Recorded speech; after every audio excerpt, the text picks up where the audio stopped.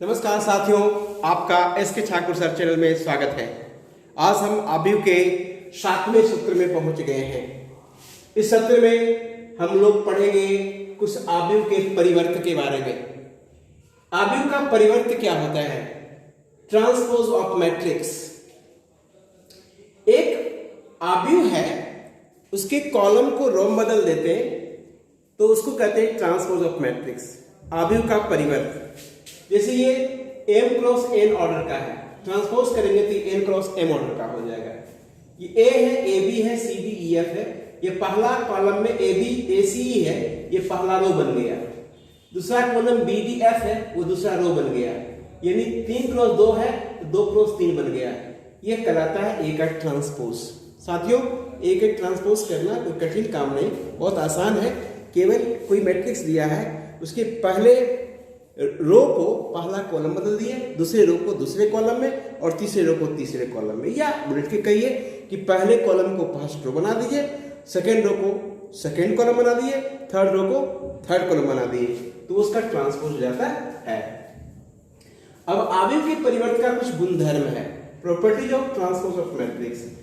अब किसी मैट्रिक्स के ट्रांसपोज को फिर से ट्रांसपोज कीजिए, डबल ट्रांसपोज कीजिएगा तो a के बराबर, खुद के बराबर हो जाएगा।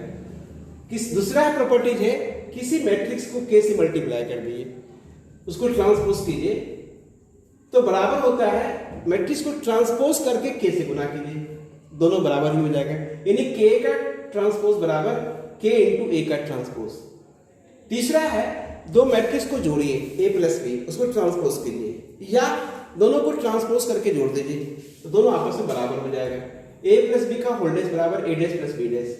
और चौथा प्रॉपर्टी है, अगर ए बी ज्ञात होता है तो ए बी का ट्रांसपोज बी के ट्रांसपोज और ए के ट्रांसपोज की गुणनफल के बराबर होगा। अगर आप लिख देंगे ए बी के ट्रांसपोज बराबर ए के ट्रांसपोज इंटू बी के ट्रांसपोज तो वो गलत हो जाएगा। यानी आप इसके जगह पर ऐसा नहीं लिख सकते, ए बी डैश बराबर ए डैश बी डैश, ये रॉन्ग होगा। सब सही कब होगा? जब बी डैश इंटू ए डैश लिखेंगे।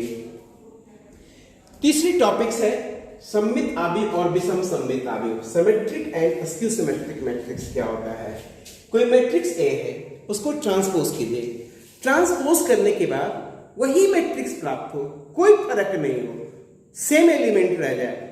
यानी ए कोई मैट्रिक्स है, उसके ट्रांसपोज किए तो ए डैश हो गया, ए डैश के बराबर है तो आप कह दीजिए ए एक सममित आव्यूह है, एक सिमेट्रिक मैट्रिक्स है। एक एग्जांपल देख लेते हैं। एक मैट्रिक्स ये है, इसके पहला रो में है 1 2 3, दूसरी रो में है 2 4 5, तीसरी रो में है 3 5 6। अब आप क्या करते हैं? इसको ट्रांसपोज करते हैं। यानी पहला रो को पहला कॉलम बना दिया, दूसरा रो को दूसरा कॉलम बना दिया और तीसरा रो को तीसरा कॉलम बना दिया। साथियों देखिए तो 1 2 3 वही है, 2 4 5 वही है, 3 5 6 वही है, जो ए है वही ए डैश है, ए डैश के बराबर है, इसका मतलब ए सममित आव्यूह है। अब आप प्रश्न कहोगे कि विषम सममित आव्यूह किसको कहेंगे? अगर कोई मैट्रिक्स मान लिए, उसको ट्रांसपोज कीजिए, ट्रांसपोज करने के बाद वह ए के माइनस लगाने के बाद बराबर होता है। यानी कोई मैट्रिक्स मान लीजिए कि बी है, अब बी की ट्रांसपोज की तो बी डैश हो गया, तो बी डैश माइनस बी के बराबर हो, तो आप कह दीजिए कि बी एक विषम सममित आव्यूह है। फॉर एग्जाम्पल लीजिए कि बी एक मैट्रिक्स ये है, ठीक है ना। पहले रो को आप पहला कॉलम बना दिए, दूसरे रो को दूसरा कॉलम बना दिए, तीसरे रो को तीसरा कॉलम बना दिए। अब इसमें से क्या कीजिए? माइनस कॉमन निकाल लीजिए। माइनस जब कॉमन निकालेंगे तो जीरो से कोई फर्क पड़ेगा नहीं, जीरो तो जीरो ही रहेगा, लेकिन माइनस एक हो जाएगा, माइनस दो हो जाएगा, एक हो जाएगा माइनस 1, जीरो तो जीरो रहेगा, माइनस 3 हो जाएगा 3, 2 हो जाएगा माइनस 2, 3 हो जाएगा माइनस 3, जीरो जीरो ही रहेगा। अब आप इसमें देखिए, जो आपका बी था, बी यही है ना, 0 1 2 -1 0 3 -2 -3, इससे है जो बी है वही आ गया। यानी बी डैश माइनस बी के बराबर है, इसका मतलब बी जो है विषम सममित आव्यूह है, अस्क्यू सिमेट्रिक मैट्रिक्स है। साथियों एक प्रमेय यहां पर है, थ्योरम सुवन। कोई वास्तविक अवयवों वाले किसी वर्ग आव्यूह के लिए a प्लस a डैश एक सममित आव्यूह होता है और a माइनस a डैश एक विषम सममित आव्यूह होता है। देखिए साथियों, अगर आपके पास में कोई a आव्यूह है, ट्रांसपोज किए तो ए डैश हो जाएगा, दोनों को जोड़ दीजिए, ये हमेशा एक सममित अवयव होगा, और ए में ए डैश लगा दिए, ये हमेशा एक विषम सममित अवयव होगा।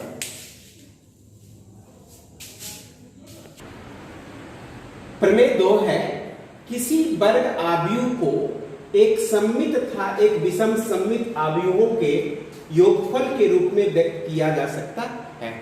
साथियों, प्रमेय 1 में आपने देखा कि एक अवयव ऐसा होता है जो a प्लस ए डैश के रूप में आप उसको व्यक्त करते हो तो सममित अवयव हो जाता है, इसको हाफ कर दो, ये सममित अवयव हो गया।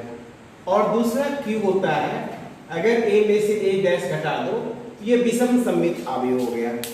तो एक सममित अवयव एक विषम सममित अवयव हो गया, दोनों को जोड़ देंगे a के बराबर हो जाएगा, यानी एक सममित अवयव, एक अवयव को एक सममित और एक विषम सममित अवयव के रूप में व्यक्त किया जा सकता है। उलट दीजिए, एक सममित अवयव और एक विषम सममित अवयव दोनों को अगर जोड़ देते हैं तो एक सममित अवयव बन जाता है। इसलिए कहा किसी वर्ग अवयव को, कोई भी वर्ग अवयव को एक सममित तथा एक विषम सममित अवयव के योगफल के रूप में व्यक्त कर सकते हैं। ये सममित अवयव की पहचान है। एक कोई वर्ग अवयव है, ए डैश इसका प्रतिवर्त है, परिवर्त है, ट्रांसपोज है, दोनों को ऐड करके आधा कर दिए तो एक सममित अवयव बन जाएगा। एक वर्ग अवयव है, उसमें उसको ट्रांसपोज करके एक वर्ग अवयव में उसकी ट्रांसपोज को घटा दीजिए और आधा कर दिए तो विषम सममित अवयव बन गया, और ये दोनों को जोड़िए तो ए के बराबर हो जाएगा। एग्जाम्पल 20 है, एक अवयव ए दिया है, एक अवयव बी दिया है। पहला चीज कहता है सिद्ध करने के लिए ए के ट्रांसपोज को फिर से ट्रांसपोज कीजिए, यानी दोहरा ट्रांसपोज किए तो ए के बराबर हो जाएगा। तो पहले देखते हैं, ए है, ए के ट्रांसपोज किए, पहले कॉलम को पहला रो बनाया, दूसरे कॉलम को दूसरा रो, तीसरा कॉलम को तीसरा रो बनाया, फिर इसको ट्रांसपोज किए, पहला कॉलम को पहला रो बना दिए, दूसरा कॉलम को दूसरा रो बना दिए, ये ए के बराबर आ गया, यानी ए डबल डैश बराबर ए। ए के ट्रांसपोज का पुनः ट्रांसपोज करें तो ए के बराबर हो जाता है। ए प्लस बी दोनों को जोड़िए, ए बी और बी है, दोनों जोड़ेंगे, 3 प्लस 2 ये 5 हो गया, √3 माइनस 1, 2 प्लस 2 4 हो गया, 4 प्लस 1 5 हो गया, 2 प्लस 2 4 हो गया, 0 प्लस 4 4 हो गया। अब इसको ट्रांसपोज कीजिए, यानी पहला रो को पहला कॉलम बना दी, दूसरा रो को दूसरा कॉलम बना दी, इक्वेशन फर्स्ट कीजिए। अब ए की ट्रांसपोज कीजिए, यानी ए ये मेरा पास में है, इसके पहला कॉलम को पहला रो, इसके पहला रो को पहला कॉलम बना दी, दूसरा रो को दूसरा कॉलम बना दिए, बी डैश बी के पहला रो को पहला कॉलम बनाया, दूसरे रो को दूसरा कॉलम बनाया, दोनों को जोड़ दिए, ये सेकेंड हो गया।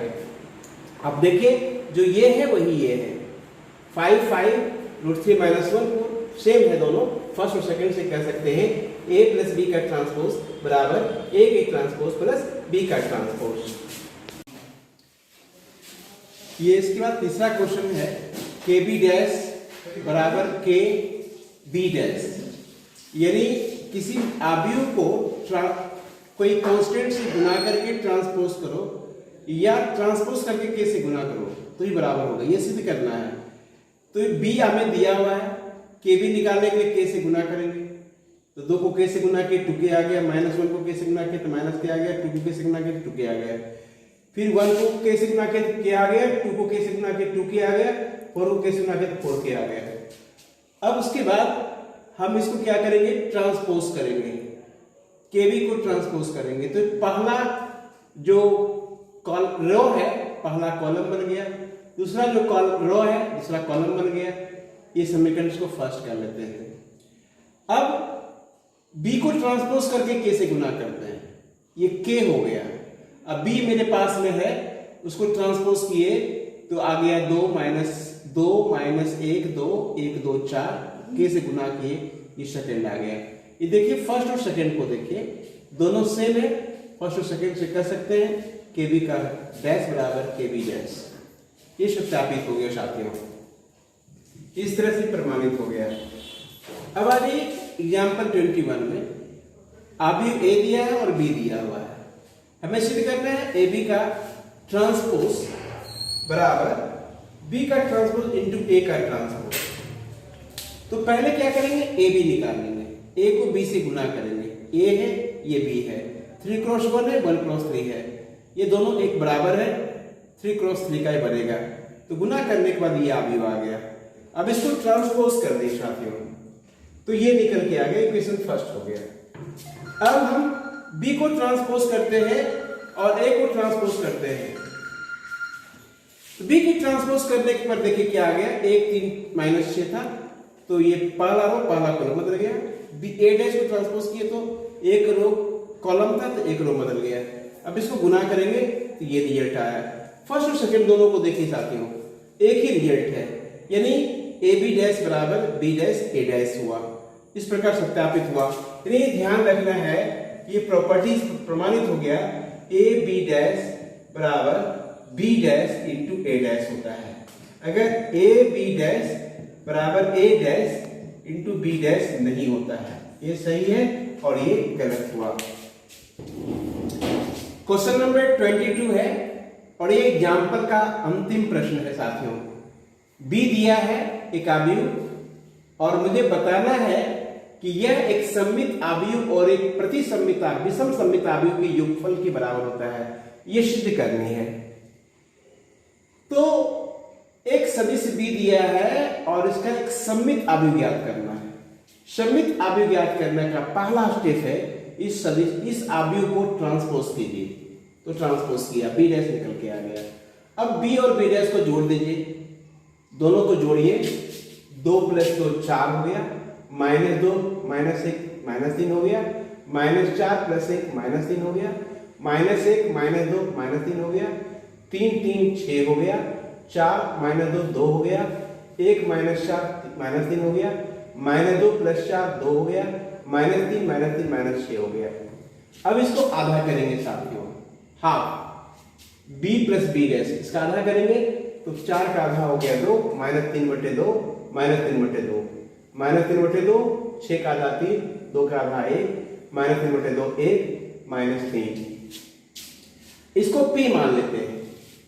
अब p डैश निकालते हैं तो देखते हैं कि वही आ गया, जो है ये वही ये चीज आ गया है, इसमें कोई परिवर्तन नहीं आया।